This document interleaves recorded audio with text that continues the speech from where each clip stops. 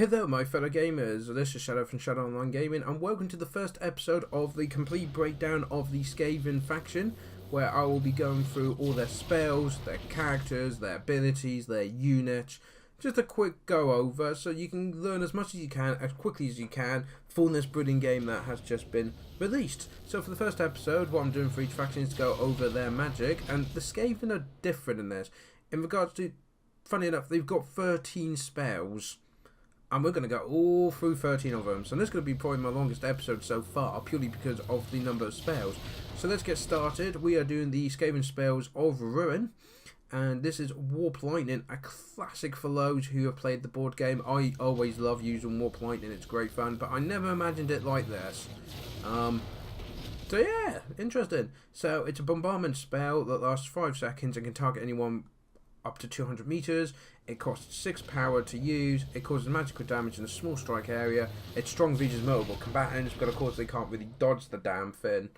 So definitely one I'll be using in the future. If you up its ability to 10, it costs 10 to use. Did that? Oh no, I thought it increased the range as well then. But it increased the number of missiles that it fires down.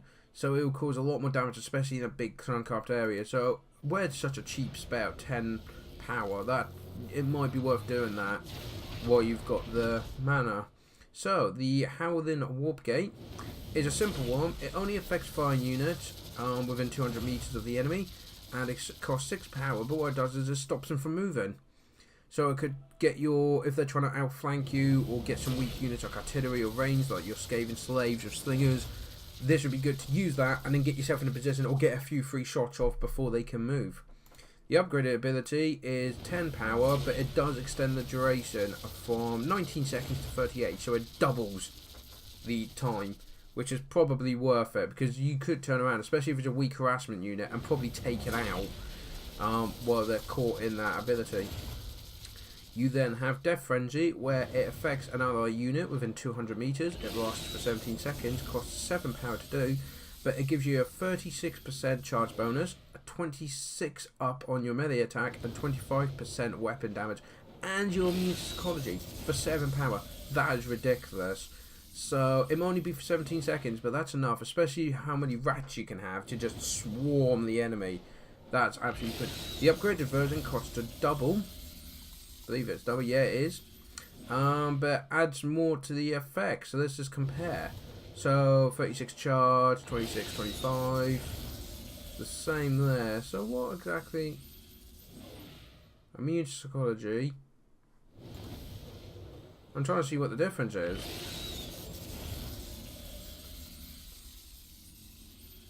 South ground ally. Ah, I see. Okay, so the target for the basic one is yourself and your ally within 200 meters. Self-ground ally affects allies in range. Don't think it's that. Yeah, so that one actually affects a group. So for 14, you could do a group ability, which, oh, that would be amazing.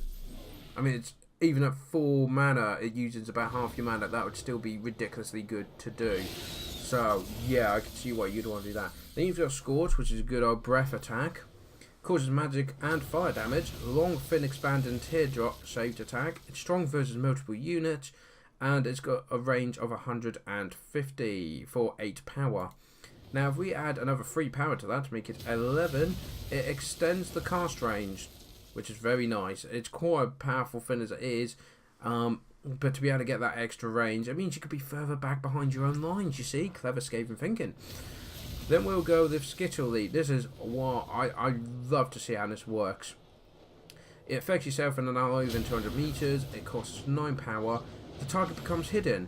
It's effective when flanking, plus 24% your speed, and you get stalk, and you can only be spotted if you're pretty much right up to them. So you could use Skittle Leap to outflank the enemy, which I think is an amazing idea for Skaven, being really sneaky. And yeah, so the duration for that one is 57 seconds, but if you do the extended one, it goes to 114 seconds. That's nearly 2 minutes, ladies and gentlemen, stealthed. So that's enough to really get yourself in a good position behind and then just appear, hello, and charge into them. Then you've got Crack's Call, which is a wind ability. We'll just let the animation speak for itself. Yeah, you love it. Causes magical damage. It's a large area of effect and is strong versus multiple units and has a range of 150 meters. It costs 16 power to do though, the basic one. The upgraded one was 22, but it does do increased damage, so that could probably destroy units if it's timed and done right, the more powerful one. Very nice. See, now normally this is where the video end, but we can't, because we've got the Skaven spells of Plague to cover. So, Bless with Filth. This pretty much gives units within 200 meters for 5 power poison, where it lowers their melee attack, armor piercing, missile damage, their speed, their weapon damage, their armor piercing damage, their missile damage. It just lowers everything. It's really good. So that affects you for 22 seconds. If you add another 3 power to that to make it 8, it doubles it to 44 seconds. That's a long time to have poison. And I believe that is actually an area you affect as well. You target a whole area, so you can have a whole chunk of your army suddenly have poisoned weapons. Very nice. Pestilent Breath, as you can imagine, is a breath attack. Lasts for 8 seconds and has a range of 80 meters. Causes magical attack damage, expand and tear-shaped attack, and it can disrupt the enemy formation. So you could use that if you're just charging or they're just about charging, you could use it to try and split them up for 8 power. For 11 power though, it actually causes poison. Very nice. So I just want to double check that is exactly, yeah, it is. What it does is if it hits you, it causes poison damage and you get all these debuffs as well. So very, very nice. We then have Vermintide, which lets you spawn a unit of clan rats. Good at defending the spellcaster. They do degrade over time though. You can only use it 6 times and it costs 5 power to use, and you have to do it within 60 meters of yourself. Now I'm interested, is that not part of the Ruin one? Death Frenzy? No. Well, there you go then. So that's something I've learned, is you can only summon Vermintide if you're using the Skaven spells of Plague. Good to know. You've then got Wither, as you can imagine, good old classic, 200 meters, and lowers their army by 30 points. Costs 10 power to use. If you add another 60, it doubles how much armor they use. So that's quite horrible. 60 armor lost there. Then got Pestilent Birth, which is spawns a unit of Plague Monks, which are good at flanking the enemy. Of course, they degrade and they have to be within. You can only use that twice in a battle, and it uses 12 power. But if you have both of these, Vermintide and Pestilent Birth, that's a lot. If you had like guys buffing up magic and things like that, well, a lot of magic at the start, that could be horrible. And finally, of course, you've got Plague, which is 14. It's a vortex actually. It affects a target within 150 meters. Causes magical attack, large expanding area of effect, strong versus multiple units.